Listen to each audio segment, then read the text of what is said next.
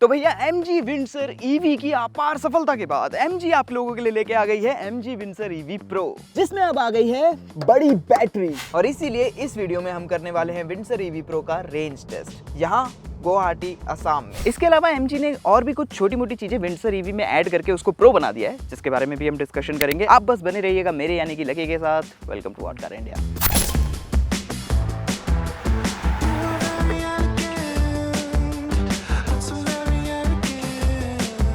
तो आइए करते हैं थोड़ा सा असम और यहाँ की रोड्स को एक्सप्लोर। तो रेंज टेस्ट हमने शुरू किया है 99% स्टेट ऑफ चार्ज से, जैसा कि आप देख सकते हैं, और रेंज हमें जो दिखा रहा है वो है 425 किलोमीटर्स की। और क्योंकि टायर्स में प्रेशर प्रॉपर था तो ट्रिप मीटर रीसेट करके हम निकल पड़े हैं अपना रेंज टेस्ट करने के लिए। हालांकि एक चीज बता दूं कि इस रेंज टेस्ट में मैं इसको इको, नॉर्मल एंड स्पोर्ट तीनों ही मोड्स में ड्राइव करूंगा और सिचुएशन के हिसाब से इसके रीजन को भी चेंज करता रहूंगा। Status update 1। तो अभी हम एक रेलवे क्रॉसिंग पे रुके हैं और 24 किलोमीटर हमने कवर कर लिए हैं, लगभग 6% बैटरी यूज़ कर ली है और अभी जो रिमेनिंग रेंज है वो 397 किलोमीटर्स की है। जिसके बाद हमने विंडसर EV Pro को थोड़ा और ड्राइव किया और गुवाहाटी के वनों को एक्सप्लोर किया। और उसके बाद हम यहाँ पहुँच गए इस चाय के बगान में। पीछे मस्त व्यू है, आज मौसम भी अच्छा है और कितना रिफ्रेशिंग यहाँ पे फील हो रहा है। रिफ्रेशिंग से याद आया, थोड़ा सा इसके एक्सटीरियर में क्या चेंजेस किए हैं MG ने, उसके बारे में भी बात कर लेते हैं। अब देखिए विंडसर EV Pro क्योंकि एक नया वेरिएंट है तो इसमें इतने कुछ मेजर चेंजेस नहीं हुए हैं। तो फ्रंट एंड आपका सेम है, सेम ही आपको DRLs मिलते हैं जो कि कनेक्टेड हैं, MG का ग्लोइंग लोगो है, नीचे आपके हेडलैम्प्स हैं। हाउएवर अगर साइड में आ जाए तो यहाँ पे आपको दिखेंगे नए 18 इंच एलॉय रिम्स, लेकिन अगर आप इनको ध्यान से देखो तो ये काफी सिमिलर है जो कि आपको MG हेक्टर में मिलते हैं। मोर ओवर जो टायर की प्रोफाइल है वो सेम है, फ्लश टाइप डोर हैंडल्स मिलते हैं, बड़ा बड़ा ग्लास एरिया मिलता है, यहाँ लेफ्ट साइड में ही आपका चार्जिंग पोर्ट भी है। अब अगर हम पीछे आ जाएं तो यहाँ पे भी आपको मोर और लेस कोई भी मेजर चेंज नहीं दिखेगा, सेम ही आपका। हाँ, ये एक मेजर चेंज है कि इसमें अब इलेक्ट्रिक टेलगेट आ गया है जिसको आप जेस्चर से भी ओपन कर सकते हो, जैसा कि अभी हुआ। हाउएवर जब आप इसको क्लीन वगैरह कर रहे होगे ना, बस ध्यान रखिएगा कि आपकी जेब में इसकी चाबी ना हो, नहीं तो ये आपको बहुत परेशान कर सकता है। हाँ, यहाँ पे बस एक ADAS बैज ऐड हो गया है, उसके अलावा बाकी सब कुछ सेम है। एनीवे, इसके एक्सटीरियर के बारे में आप लोगों के क्या थॉट्स है, let me know in the comment section. और अब क्योंकि इसने खुद ही खोल ही लिया है तो इसकी बूट की बात भी कर लेते हैं। यहाँ पे आपको 579 लीटर्स की बूट मिलती है जो कि नॉर्मल से थोड़ा सा कम है।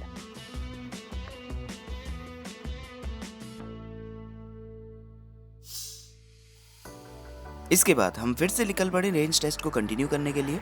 अब देखिए मेरा जो नेक्स्ट स्टॉप है वो है उमेम लेक, और वहां तक जाते हुए हमें गुवाहाटी के थोड़े हिली रास्तों पर भी विंडसर EV Pro को ड्राइव करने का मौका मिलेगा।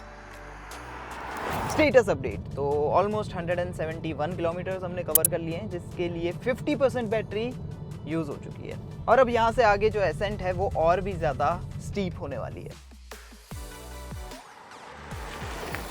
And now let's discuss the prices. तो जैसा कि आप इस स्लेट में ऑब्जर्व कर सकते हैं कि पूरी की पूरी विंडसर लाइनअप के प्राइसेस बढ़ चुके हैं। और विंडसर EV Pro लॉन्च तो 17.49 लाख रुपीस के एक शोरूम प्राइस पे हुई थी, लेकिन क्योंकि वो सिर्फ फर्स्ट 8000 बुकिंग्स के लिए था जो कि विंडसर EV Pro को ऑलरेडी मिल चुकी है, एज अ रिजल्ट अब अपडेटेड एक शोरूम प्राइसेस है 18.10 लाख रुपीस, जिसका मतलब पूरे 60,000 रुपीस का प्राइस इंक्रीज, जो कि एक्चुअली काफी सिग्निफिकेंट है। और फिर हम पहुंच गए यहाँ उमेम लेक जो कि मेरे पीछे है। स्टेटस अपडेट देता हूँ आप लोगों को। तो हमने 194 ऑलमोस्ट किलोमीटर्स कवर कर लिए हैं और 39% बैटरी बची है, यानी कि 61% कंज्यूम हो गई है। अब अगर आपने नोट किया होगा तो पिछले 50-60 किलोमीटर हमारे एसेंट के रहे, कारणवश हमारी काफ़ी ज़्यादा बैटरी कंज्यूम हो गई। लेकिन ये कोई टेंशन वाली बात नहीं है, क्योंकि जब हम वापस जाएंगे तो डिसेंट करते टाइम रीजन की हेल्प से काफ़ी हद तक बैटरी हमारी रिकवर होगी, जिसका स्टेटस मैं आपको आगे बताऊंगा। लेकिन उससे पहले आइए विंडसर EV Pro के थोड़ा सा इंटीरियर के बारे में भी डिस्कशन कर लेते हैं, क्योंकि इसमें भी MG ने कुछ इंटरेस्टिंग चेंजेस किए हैं। आई गेस अभी तक तो आप लोगों ने नोट कर ही लिया होगा कि वो इंटरेस्टिंग चेंज क्या है। पहले आपको यहाँ पे डार्क इंटीरियर्स मिलते थे, अभी यहाँ पे आपको ड्यूल टोन इंटीरियर मिल रहा है। तो यहाँ पे ये लाइट कलर आपके लिए ऐड कर दिया गया है अपहोल्स्ट्री में। एज अ रिजल्ट ये जो पूरा का पूरा कैबिन है वो पहले से ज़्यादा एयरी लग रहा है। पहले भी काफ़ी एयरी था, लेकिन अब और ज़्यादा एयरी और प्रीमियम लग रहा है। उसके अलावा बाकी सब कुछ सेम है। जैसे कि इन सेकंड रो सीट्स को आप 135 डिग्रीज तक रिक्लाइन कर सकते हो, आपको फ्लैट फ्लोर मिलता है तो इधर से उधर मूव करना ईजी है। यहाँ पे जो स्पेस है उसकी कोई कमी नहीं है। वहीं फ्रंट की दोनों ही सीट्स वेंटिलेटेड है। ड्राइवर की सीट में आपको इलेक्ट्रिक एडजस्टमेंट भी मिलती है। बड़ी सी 15 इंच की टच स्क्रीन आपको मिलती है wireless Apple CarPlay Android auto के साथ, और ड्राइवर के लिए डिजिटल क्लस्टर है। पीछे आपका ये छोटू सा एयर वेंट है जो सिंगल है। आई डोंट नो कि 2 लोग या 3 लोग इसको कैसे यूज़ करेंगे, अभी भी प्रॉब्लम वैसी की वैसी ही है। बेसिकली आप समझ रहे हैं मेरा पॉइंट कि इंटीरियर में कलर के अलावा कुछ इतना चेंज नहीं हुआ है। तो जो पॉजिटिव और नेगेटिव्स थे वो वैसे के वैसे ही हैं।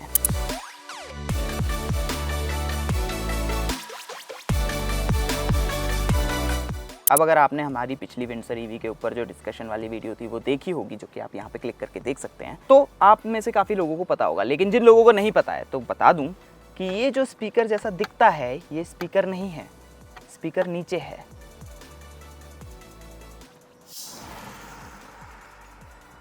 हाँ जी, तो हम अपनी डिसेंट शुरू कर चुके हैं एंड थैंक्स टू रीजन जो हमने अभी हैवी पे रखा हुआ है, जो बैटरी है उसका स्टेट ऑफ चार्ज थोड़ा थोड़ा बढ़ता जा रहा है। अब जब मैं पहाड़ों से नीचे उतर जाऊंगा तब मैं आपको बताता हूँ कि रीजन की हेल्प से, जो कि हमने हैवी पे रखा हुआ है, हमने कितना स्टेट ऑफ चार्ज रिकवर किया, नहीं किया, क्या स्टेटस रहता है, वो आपको आगे पता चल जाएगा।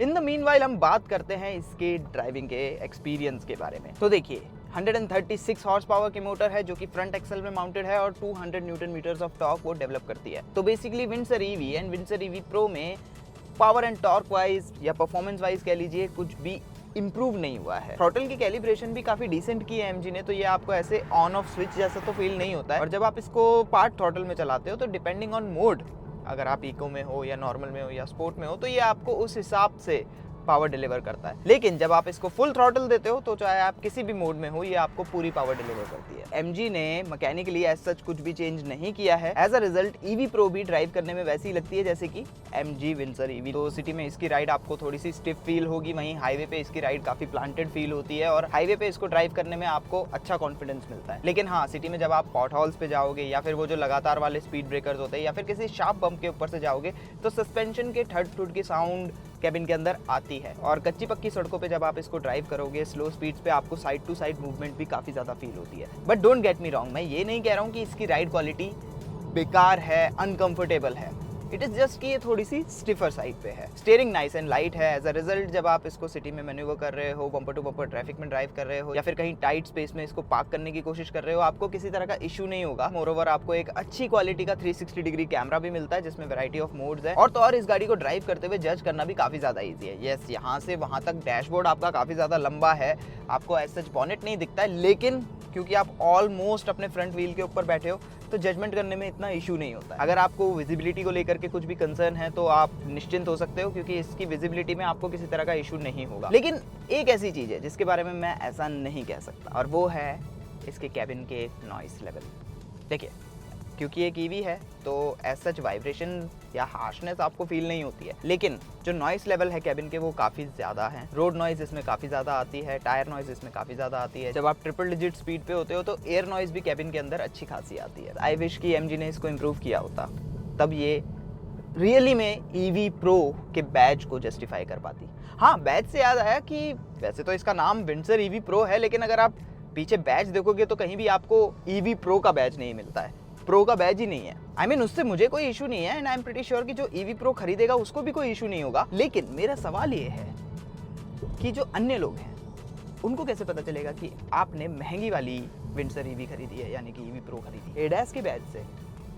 Let me know in the comment section आपके इसके ऊपर क्या थॉट्स हैं। और एडास बैज से याद आया कि एमजी ने इसमें आपके लिए ड्राइवर असिस्टेंट सिस्टम्स भी ऐड कर दिए हैं। तो आपको ऑटो इमरजेंसी ब्रेकिंग मिलती है, लेन कीप असिस्ट मिलता है, एडेप्टिव क्रूज कंट्रोल मिलता है और बाकी आप इस लिस्ट में देख ही सकते हैं। अब रही बात कि ये कैसा परफॉर्म करते हैं, तो देखिए पहले इंप्रेशन में हमें ये ठीक ठाक ही लगे।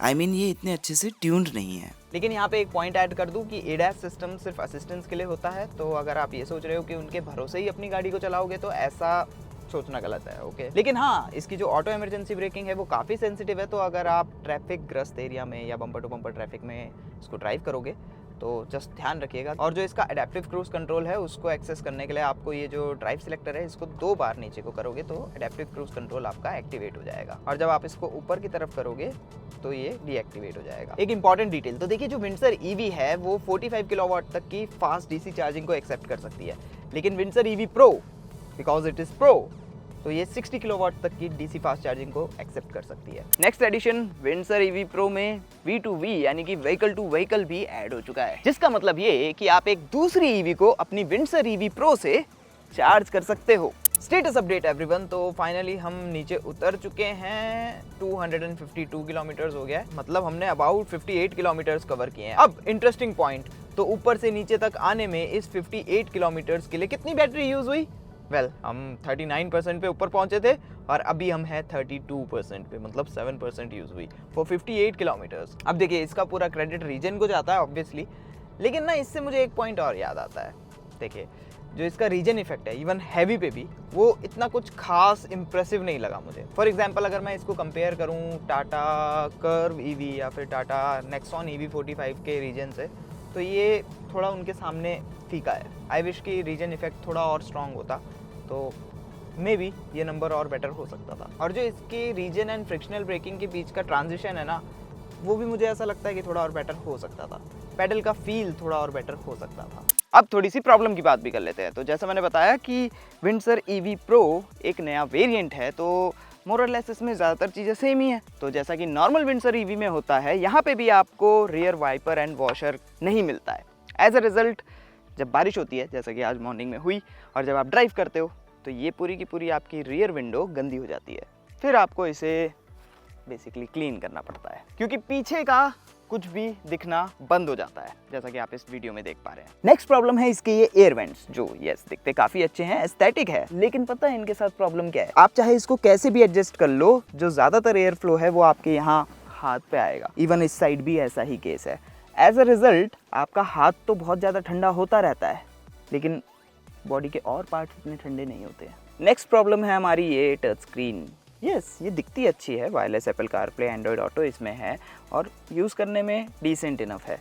कभी कभी लैग करती है। मेरे इस रेंज टेस्ट के दौरान मेरी पर्टिकुलर यूनिट में तो ये एक बार फ्रीज भी हो गई थी, काम ही नहीं कर रही थी। लेकिन ये ऐसी चीज़ें हैं जो कि easily over the air update से फिक्स कर सकती है एमजी। लेकिन मुझे जो सबसे बड़ी प्रॉब्लम इसमें लगती है वो ये कि सारे कंट्रोल्स आपकी इसी स्क्रीन के अंदर है। मतलब कि अगर आपको हेडलैम्प को कंट्रोल करना है तो यहाँ स्क्रीन के अंदर से जाके करना पड़ता है, और अगर आपको अपने ORVMs को कंट्रोल करना है तो सबसे पहले आप स्क्रीन के अंदर जाओगे, जो कि थोड़ा सा इरिटेटिंग है, और उसके बाद आप सिलेक्ट करोगे कि कौन से मिरर को आप कंट्रोल करना चाहते हो, और उसके बाद यहाँ स्टीयरिंग के इस वाले कंट्रोल से आप अपने ORVM को कंट्रोल करोगे। Not very ideal I would say, लेकिन अच्छी बात यह है कि आपके क्लाइमेट के कंट्रोल जो कि आप बहुत रेगुलरली या फ्रिक्वेंटली यूज़ करते हो, उनको फिजिकल फॉर्म में यहाँ दिया हुआ है। और फाइनली होता है हमारा रेंज टेस्ट ओवर। और देखिए लगभग 283 किलोमीटर्स हमने कवर किए और रिमेनिंग स्टेट ऑफ चार्ज है 25%, मतलब बैटरी कंज्यूम हुई 74%, जिसका मतलब एफिशिएंसी बनती है 7.13 किलोमीटर्स पर किलोवाट आवर की, यानी कि ओवरऑल रेंज होती है 377 किलोमीटर्स की, जो एक्चुअली काफ़ी अच्छी है। अब आइए बात करते हैं वर्डिक्ट की। तो देखिए विंडसर ईवी ऑलरेडी एक काफ़ी प्रॉमिसिंग प्रोडक्ट है, और अब बिगर बैटरी बैक और ज़्यादा रेंज के साथ विंडसर ईवी प्रो और भी ज़्यादा स्ट्रॉन्ग हो गया है, making it quite easy to recommend. हाँ जी, तो यही थी all new MG Windsor EV pro. अब आप लोगों की क्या थॉट्स हैं विंडसर ईवी प्रो के बारे में? क्या ये प्रो इनफ है? Let us know in the comment section. अब यहाँ पे और यहाँ पे क्लिक करके आगे की वीडियोस देखिए। इस वीडियो को शेयर करिए अपने फ्रेंड्स एंड फैमिली के साथ। सब्सक्राइब करना मत भूलिएगा। Thanks for watching.